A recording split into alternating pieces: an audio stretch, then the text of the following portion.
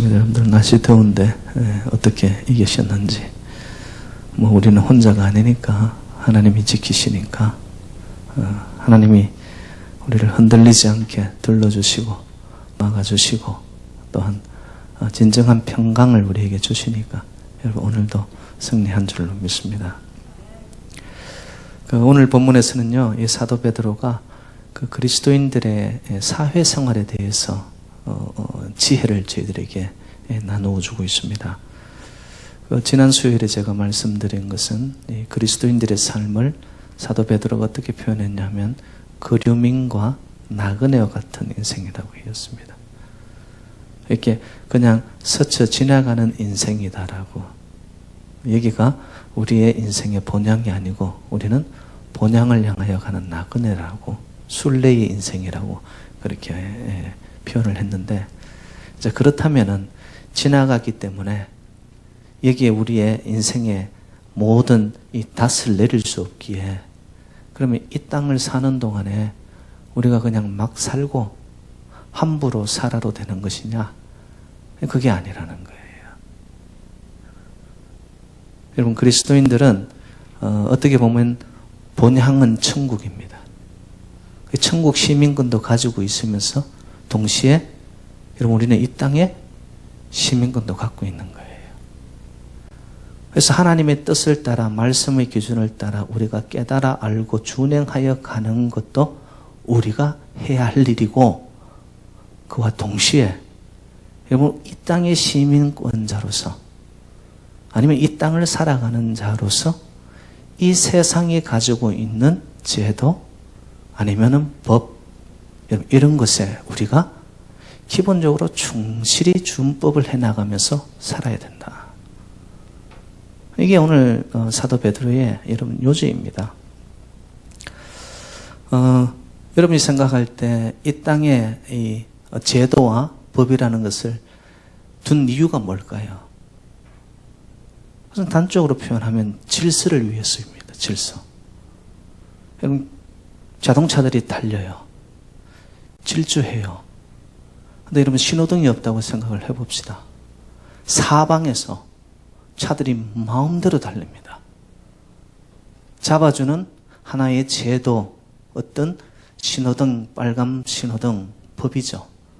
이게 있기 때문에 사방에서 차들이 오지만 그거를 잘 지키면 어떻게 되죠? 사방 모든 문제 없이 여러분 그 속에서 원활하게 질서를 유지해 나가면서 어려움이 없이. 그래서 이 땅의 제도와 법의 목적이 뭐냐 하면은 올바른 정의 구현을 통해서 잘 사는 사회. 잘 산다는 것은 다시 표현하면은 여러분 평등하게 어느 누구나 더 대우를 받고 덜 대우받는 그런 거 없이, 이 제도라는 법이라는 이 틀 안에서 많은 사람들이 여러분 이걸 잘 지켜나갈 때 건강하고 아름다운 사회가 된다. 뭐 그거는 여러분 우리의 상식이에요. 이거는 신앙의 관계를 떠나서 이 땅을 살아가는 자들에게 여러분 제도 안에서 또한 법을 지켜나가는 것은 기본적인 시민으로서의 의무입니다. 의무. 인데요. 그 시오노 나나미라는 사람이 있습니다. 그분이 굉장히 유명한 책을 썼어요. 그 로마인 이야기라는 책을 시리즈로 지금 완판이 되어 나와 있습니다. 근데 그 책에서 이 시오노 나나미가 어떤 이야기를 하냐면, 여러분 로마라는 제국이 1000년이라는 세월이 지나는 동안에 아주 부강하고 흥왕한 나라가 되었다라는 거예요. 우리가 로마 생각하면은 올바른 길, 그리고 로마의 이 여러분 흔들리지 않는 로마의 이 건물들, 이 모든 것들이 반듯하게 그리고 질서 속에서 흥왕하게 1000년이라는 세월을 올 수 있었던 가장 핵심은 뭐냐? 시오노 나나미가 이런 말을 했습니다. 시민들의 준법 정신에 입각한 질서의식 때문이었다는 거예요. 어느 누구나도 너나 나나 할 거 없이 기본적으로 정해놓은 그 틀, 제도, 법 안에서 모든 사람들이 잘 따라왔다는 거예요. 그러니까 여러분 질서 유지가 되어지는 거죠. 그 위에 바탕으로 국가가 여러분 흥황하여지는 거예요. 어느 공동체이든 국가든 민족이든 여러분 이 질서가 무너지게 되면 순간입니다. 와르르. 특별히 교회 공동체도 똑같습니다, 여러분. 왜 이렇게 질서를 만들어 놓았나? 이것을 지켜나갈 때 여러분 영적인 질서 안에서 교회가 건강하게 그리고 아름답게 은혜롭게 잘 나갈 수 있기 때문에 그처럼 국가도 똑같다라는 거예요. 여러분 가정도 말할 것도 없죠. 지켜야 할 기본적인 것들을 잘 지켜나갈 때 가족 구성원들이 그 안에서 행복을 누리는 겁니다. 그게 크게 보면은 국가 공동체가 이 법이라는 것이 필요하더라는 거예요. 근데 요즘 우리가 사는 시대를 가만히 보면은 이 준법 정신이 희박해져 가고 있다는 거. 좀 이것이 상실되고 질서 자체가 무너지면서 극도로 이기주의적인 그런 생각에 잡혀 있습니다. 다르게 제가 표현하면 나 하나쯤 그러잖아요. 누가 안 보는데 나 하나쯤 은근슬쩍 이런 마음이 들어오면서 그건 이기주의적인 거거든요. 남이야 상관 안 하고 나한테만 유익이 되면 되지 뭐. 여러분 이런 생각이 들어오기 시작하면은 공동체는 반드시 병들게 되어 있습니다. 한국에서 진짜 실제로 있었던 이야기인데요. 그 어느 동네에 장애인 학교가 들어오게 된다는 소식을 접하고는 동네가 발칵 뒤집어진 거예요. 왜냐? 동네 사람들이 장애인 학교가 들어오면 뭐가 떨어진다? 집값 떨어진다. 땅값 떨어지고 집값 떨어지니까 결사 반대하고 못 들어오게 하는 거예요. 그럼 그게 뭐냐? 집단 이기주의적입니다. 만약에 자기 자식이 장애인이라고 생각을 하고 아니 내가 장애인이라고 생각하면 여러분 그렇게 매도하고 그렇게 매정하고 그렇게 잔인할 수는 그런 행동을 보일 수는 없을 거예요. 근데 당장 장애인 학교가 들어오면은 동네 분위기 흐리고 그것 때문에 여러분 내 집값 떨어지고 땅값 떨어진다고 단체가 함께 어울려가지고 여러분 과시하는 거예요. 그리고 막 투쟁하고요. 참 그런 걸 보면서 여러분 가슴이 그냥 먹먹해지는 거예요. 야, 사회가 이렇게 되어 가야 되는 건가? 모르겠습니다.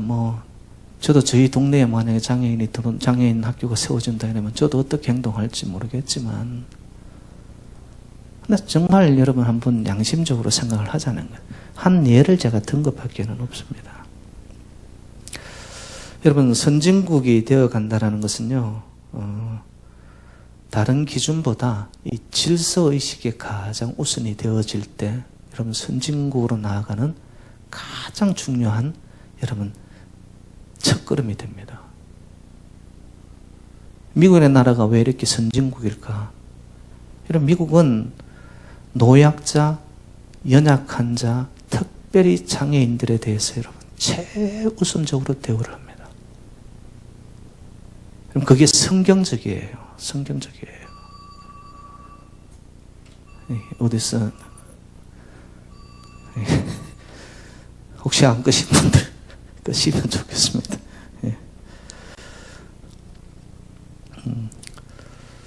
어디까지 했죠?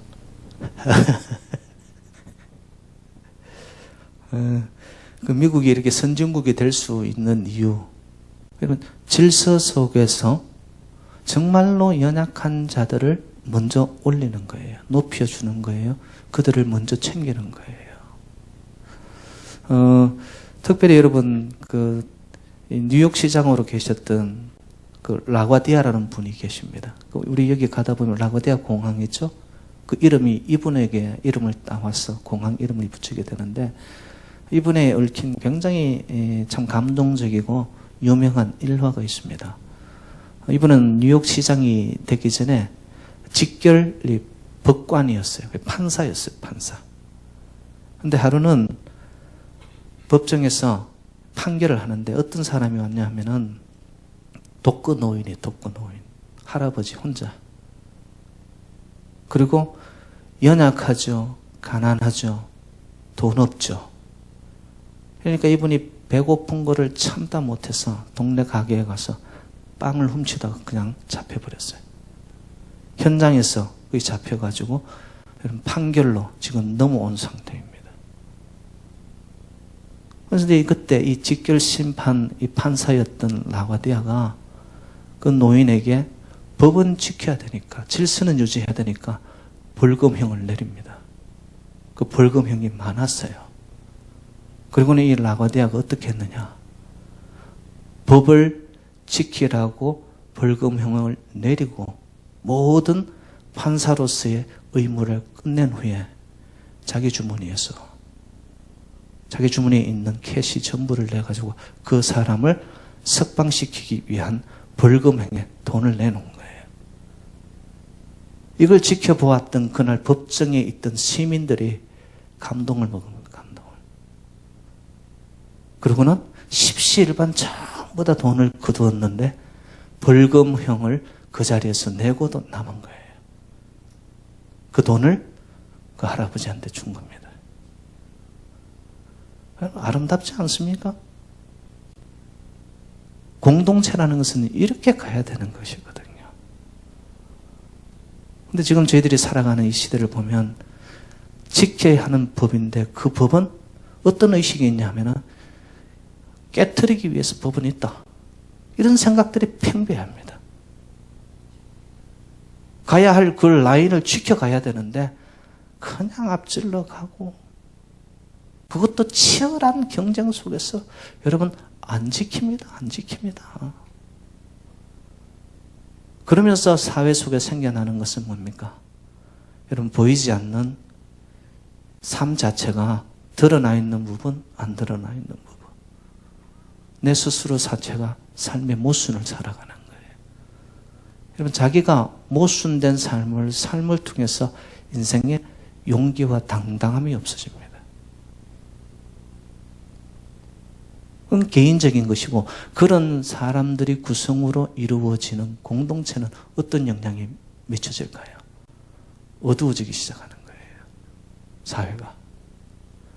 별것 아닌 것 같지만 지켜야 할 것을 지키지 않고 나 하나쯤, 남들보다 내가 우선, 여러분 이런 것들 때문에 사회에 보이지 않는 무리가 일어나고, 그리고 여러분 흔히 하는 말로 이 물이 흐려지기 시작하는 거예요. 그러면 그리스도인들은 왜 이렇게 사회적인 제도와 법, 또 사회생활 속에서 누구보다도 이 먼저 솔선수범하고 준법 정신으로서 범법자가 아니라 준법자로서 그걸 지켜나가는 자로서 살아야 되느냐? 로마서 13장에 보면 사도 바울이 이런 이야기를 했어요. 권세를 가진 자들은 절대 주권을 가진 하나님이 그들에게 권세를 준다라고 이야기합니다. 제가 쉬운 말로 표현할게요. 한 시대마다 여러분 정치인들을 세우고 하나의 대통령을 세우고 장군을 세우고 여러분 어떠한 이 권력을 가지는 자들을 세우는 것도 누구의 뜻 아래에 있다? 하나님의 뜻 아래에 있다. 하나님의 주권 아래에 있는 것이다. 사도 바울은 너희들이 그것을 기억하고 알아라는 거예요. 근데 우리는 그 하나님의 주권에 대해서는 생각을 안 하고 자꾸 당장 눈앞에 나타나는 것에만 붙잡히는 거죠. 어떻게 보면은 여러분 나 자신도 잘 못하면서 그렇게 앞서가고 정치인들, 권력 있는 자들을 우리는 너무 쉽게 그런 모습을 우리가 살아가고 있다는 것이죠. 그래서 오늘 본문에서 사도 베드로가 부탁을 하는 것이 뭐냐? 사회제도에 대한 그리스도인들의 태도 3가지를 부탁하고 있습니다. 3가지. 그 첫 번째는 뭐냐? 여러분 13절로 우리 한번 가봅시다. 13절 시작. 인간의 모든 제도를 주를 위하여 순종하되. 자, 여러분 사회 속에 있는 제도와 법을 사도 바울은 이야기합니다. 누구를 위하여 순종하라고요? 주를 위하여. 주를 위하여. 우리가 이 사회 제도와 법을 지켜가는 이유는 봤더니만 하나님의 영광을 우리가 드러내기 위해 사는 거란 말이에요, 여러분. 그러면 내가 그리스도인이라고 생각을 하고 말하면서 자칭 내가 어느 교회에 어떤 직분을 가진 자야, 이렇게 살아가면서 하나님의 법은 준수하고 따라가는데 실질적으로 사회법에 대해서는 자기가 범법을 행하는 것을 여러분 식은 죽 먹게 하고 있어요. 누구의 영광을 가리는 것이다? 하나님의 영광을 가리는 것이다, 이거는. 여러분 한국 사회는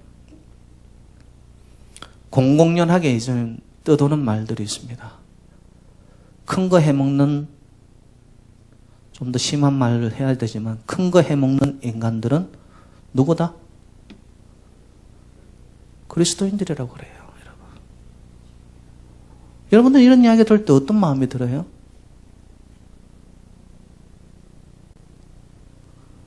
저는 저 자신이 그런 이야기를 사회 지면을 통해서 이렇게 본다든지 하면 그냥 어디 막 숨고 싶어요. 이게 남의 이야기가 아니거든요. 여러분 우리가 신호등 하나를 지키는 것 자체도 하나님을 위해서 하라는 거예요. 거기서 순종하라는 거예요. 그게. 그거 하나 안 지키면서 어떻게 하나님의 법을 지키겠다고 그러냐. 지금 사도 베드로가 그 이야기를 하는 거거든요.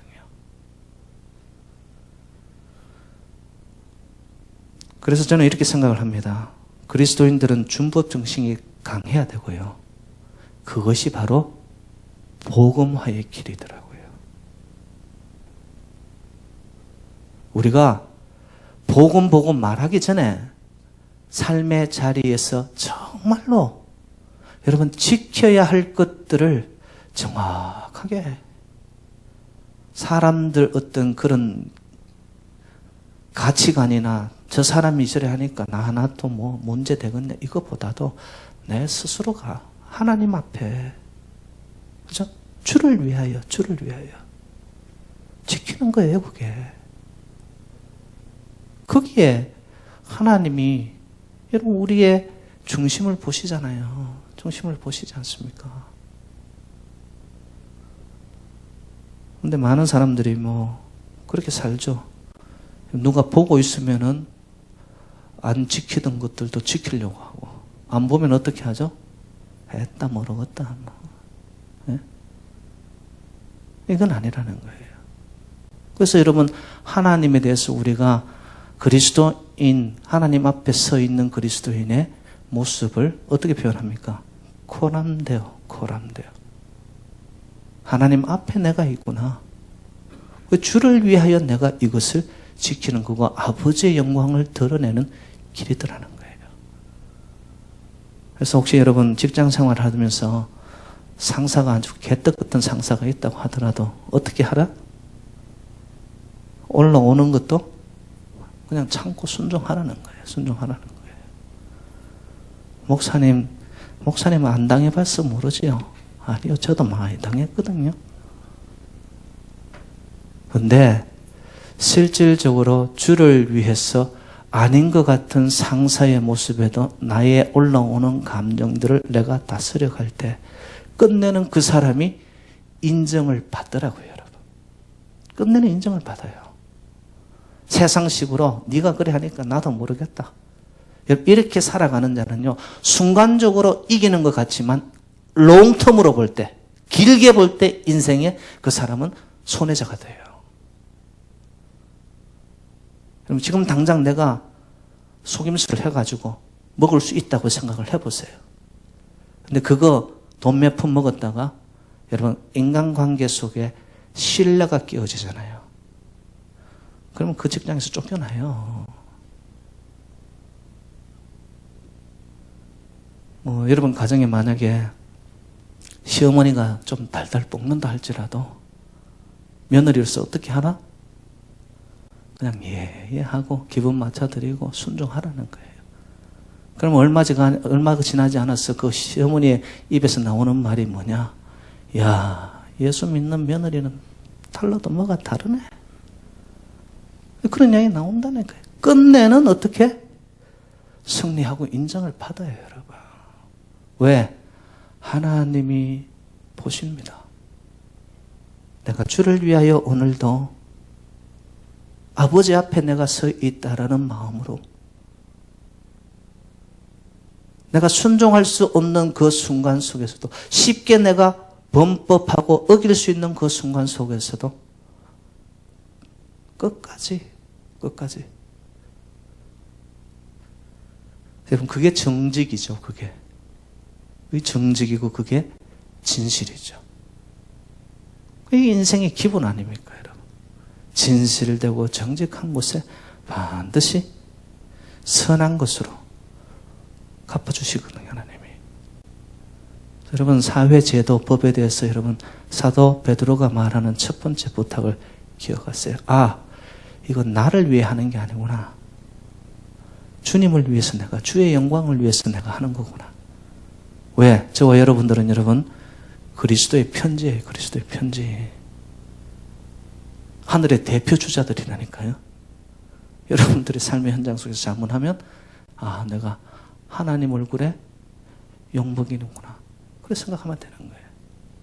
자, 두 번째 사도 베드로가 또 부탁을 합니다. 두 번째 15절로 가봅시다. 15절 시작. 곧 선행으로 어리석은 사람들의 무식한 말을 막으시는 것이라. 단축으로 표현하면 선행을 하라는 거예요. 이게 쉽게 타협할 수 있고 여러분, 그리고 쉽게 내가 곡해하고 외도하고 여러 가지의 그 기준에서 벗어나서 할 수 있지만은 그렇게가 아니라 한 길로 선행을 하면서 살아라는 거예요. 어떤 고난이 있어도, 어떤 손가락질과 어떤 멸시와 어떤 천대함을 받고 한다 할지라도 선행하는 길로, 의의 길로 가라는 거예요, 여러분.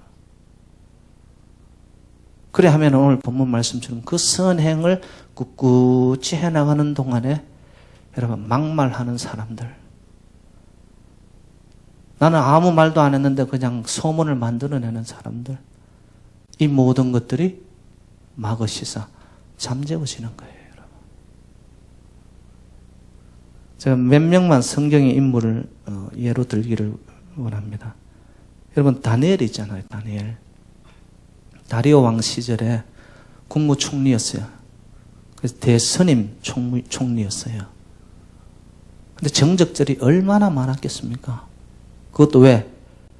본국의 사람이 아니라 다른 나라에서 온 사람이 국무총리를 하고 있으니 배가 아파가지고 정적들이 어떤 식으로든 그를 끌어내리려고 가만두지 않거든요. 근데 여러분 다니엘의 인생은 어땠습니까?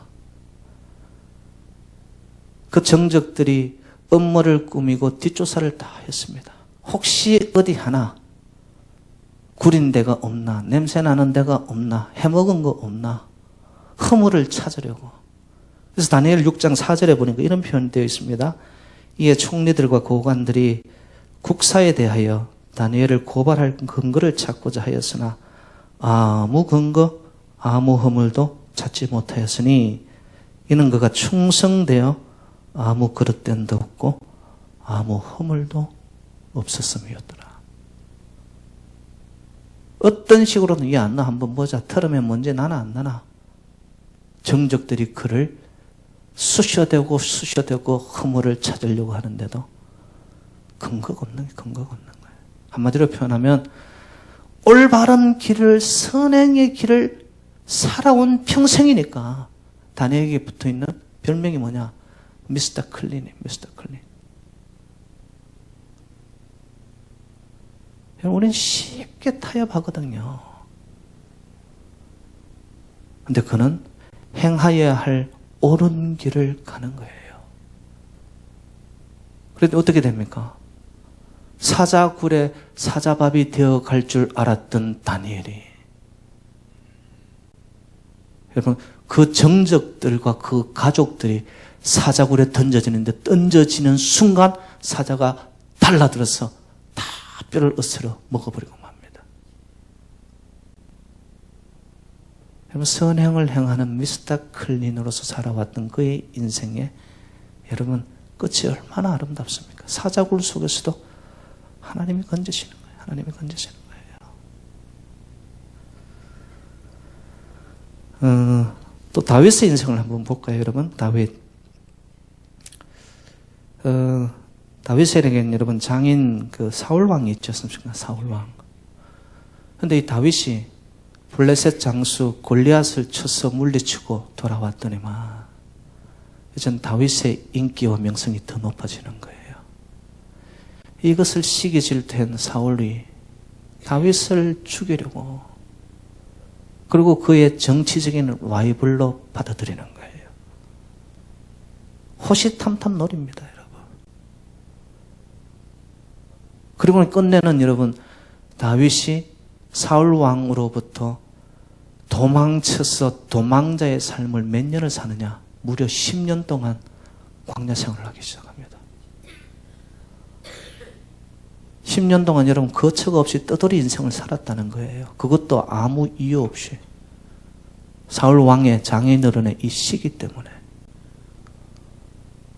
근데 10년이라는 도피 생활 동안 심지어는 이 다윗이 미친 척하고 춤을 질질 흘리면서까지 그런 인생의 바닥까지 떨어짐에도 불구하고 사울 왕을 향하여 한 번도 원망하지 않습니다. 그리고 그가 그들의 무리들과 함께 이 아둘람 굴 거기에 딱 이렇게 숨어 있을 때 사울이 여러분 용변을 보러 그 굴에 들어왔습니다. 그 옆에 있던 신하들은, 부하들은 다윗을 향하여 쳐 죽여라고. 어떻게 합니까? 뒤에 가서 옷자락만 살짝 끊어내고는 사울 왕을 살려냅니다. 그 이유가 뭐였습니까? 왕을 세우신 이가 하나님이라는 거예요. 하나님이라는 거예요. 질서죠, 질서. 그리고 살려줍니다. 여러분, 악을 악으로 갚지 아니하고 선으로 갚을 때 하나님은 다윗을 높이 높이 올리십니다. 선행을, 왜? 하나님이 내 중심을 불고 실제의 걸음을 하나님이 보고 계시니까. 그리고 모든 주권은 하나님이 세우셨다고 믿기 때문에. 여러분, 이게 믿음이죠, 믿음. 그 하늘을 인정하고 하나님을 정말로 높이고 주의 법을 따라가는 자는요, 어떤 일이 있어도 이 땅을 살면서 선행을 합니다, 여러분. 손해봐도 합니다. 내가 욕을 먹어도 합니다. 그런데 그 결과는 반드시 인생은 끝에 가서 성자가 돼야죠. 뭐 한 가지 더 예를 들 수 있지만 여러분, 예수님 한번 보십시오. 내가 간단하게 이야기할게요. 예수님, 빌라도 앞에 선 예수 그리스도. 빌라도가 제 목을 찾으려고 하는데 뭐 건덕지가 없어요. 그래서 빌라도가 손을 씻잖아요. 나는 모르겠다. 나는 무관하다. 그러면서도 빌라도가 폭도들의 그 분위기에 못 이겨 예수 그리스도를 십자가형으로 선포합니다. 예수님 어떻게 했어요? 거기에 대해서 반항하지 않았습니다. 아무런 죄도 없이 그냥 그 길을 가는 거예요. 왜? 그 길이 구원을 이루는 진정한 선행의 길이었으니까. 여러분, 우리는 조금만 앞뒤가 달라도 내 이성적으로 안 받아들여지면 폭발합니다. 폭발합니다. 내가 왜 이런 대우를 받아야 돼? 내가 잘못한 게 뭐라고?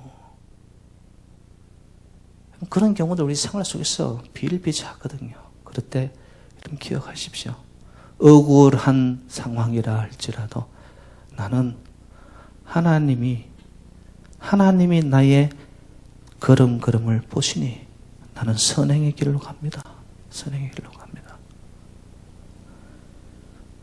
자, 세 번째 이제 마지막인데요. 여러분 세 번째 16절로 한번 가봅시다. 16절 시작. 너희는 자유가 있으나 그 자유로 악을 가리는 데 쓰지 말고 오직 하나님의 종과 같이 사용하라. 하나님의 종과 같이 하라. 여러분이 사회적 제도와 법을 지키고 따르는 자는 준법자라고 합니다. 그것을 어기는 자는 범법자라고 합니다. 그런데 준법자와 범법자는 남이 정해주는 거 아닙니다. 누가 정해요? 나의 자유가 정합니다. 여러분들의 마음대로 할 수 있어요. 하나님은 우리를 인격적으로 자유의지를 주셔서 진정한 자유를 우리에게 허락하세요. 그런데 여러분, 자유를 어떻게 쓰느냐에 따라서 결과는 확연히 달라집니다. 자유를 악용하고 남용한다. 그러면 그 인생 속에 찾아오는 것은요, 비방입니다. 무질서입니다. 여러분, 돈이라는 것은 이건 중립적인 거예요. 좋은 것도 나쁜 것도 아니에요. 그런데 이 돈을 여러분의 자유롭게 막 쓰는데 악용을 했어요. 그로 인해서 찾아오는 인생의 결과들이 뭘까요? 여러분, 사치하고 향락하고 나의 이 욕망을 따라가는 대로 이 모든 물질을 써보세요. 인생이 그 결과로 인해 가지고 방황하게 되어지고요. 그 여파로 인해서 나도 아프고 여러 사람들이 상처를 받게 되어지고요. 그러면서 병들기 시작하는 거예요. 자유는 참 좋은 건데 그걸 어떻게 쓰느냐? 그건 저와 여러분에게 달려 있습니다. 근데 사도 베드로는 어떻게 쓰라? 하나님의 종과 같이 사용하라는 거예요. 그 자유를. 하나님의 종과 같이. 여러분, 하나님의 종과 같이 사용하라는 이 말은 다시 말해서 자유를 주신 이도 하나님으로부터 왔다는 거예요. 하나님으로부터 온 이 자유를 아버지의 뜻에 맞게끔 쓰라는 겁니다. 이게. 그런데 우리는 자유가 있다라고 해서 이 자유의 근거와 주체를 누구에게 두느냐? 나에게 둡니다. 나에게. 그리고 내 생각, 내 판단, 나의 이 욕심에 근거해가지고 이 자유의 칼을 막 휘둘러 버립니다. 그로 인해서 생겨나는 주변의 어려움들과 무질서와 여러분, 그로 인해 생겨나는 이 칼날이 돌아갈 때 얼마나 많은 상처들이 내는지 몰라요. 근데 그거에 대해서 자기는 또 책임을 안 져요. 나 모르겠다 이런 식이란 말이에요. 그렇게 해서는 안 된다는 거예요. 하나님의 종과 같이는 자유를 주신 아버지의 뜻이 있다는 말입니다. 그럼 거기에 준하여 하나님이 뭘 원하실까? 그리고 종이라는 개념은 뭡니까? 종은 올라서 있는 자가 아니라 섬기는 자예요. 우리에게 하나님이 자유를 주심도 어떻게 하라고? 섬기라고 주신 거예요. 섬기라고. 내 마음대로, 내 입맛대로, 내 원하는 대로 마구잡이로 이 자유라는 것을 남용하고 악용하라고 주신 것이 아니라 그 자유 주심을 통하여서 제사함 받은 것을 통하여서 어떻게 하라? 여러분, 교회를 세우는 일에, 사회를 건강하게 만드는 일에, 더 나아가서 가정을 여러분 아름답게 이루어내는 일에 그 자유를 사용해야죠. 그러기 위해서는 섬겨야 됩니다. 섬겨야 돼요. 그 섬김의 구체적인 내용이 17절에 나타나죠. 17절 우리 읽고 끝내겠습니다. 17절 시작. 무사람을 공경하며 형제를 사랑하며 하나님을 두려워하며 왕은 존대하라. 여러분, 다른 사람들은 공경하십시오. 그리고 사랑하고, 그리고 한 나라의 대통령, 정치인들에 대해서는 여러분 존중하고 존대하는 마음을 가져야 되고, 더 나아가서 마지막이 중요합니다. 여러분, 위로부터 하나님을 경외, 두려워하는 마음을 가져야 돼요. 이 마음이 없으면 사람은 자기에게 주어진 자유 이것을 함부로 사용합니다. 저와 여러분들, 하나님의 부름받은 자로서 또 우리의 삶의 자리가 있습니다. 가정이 있고 직장이 있고 우리의 이 공동체, 이 생활이 다 있거든요. 여기서 정말 질서와 틀과 법을 준수하고 잘 지켜나갈 때, 여러분, 저와 여러분들을 통해서 하나님의 통치와 하나님의 질서가 저와 여러분들을 다스리고 우리 재단을 다스리고 우리의 가정에도 하나님의 놀라운 통치가 임하는, 그래 그 질서 위에 여러분 건강하게 성장되고 부흥하고 발전하고 아름다운 열매를 맺히는 저와 여러분 되시기를 주님의 이름으로 축원드립니다. 하나님 아버지 감사드립니다.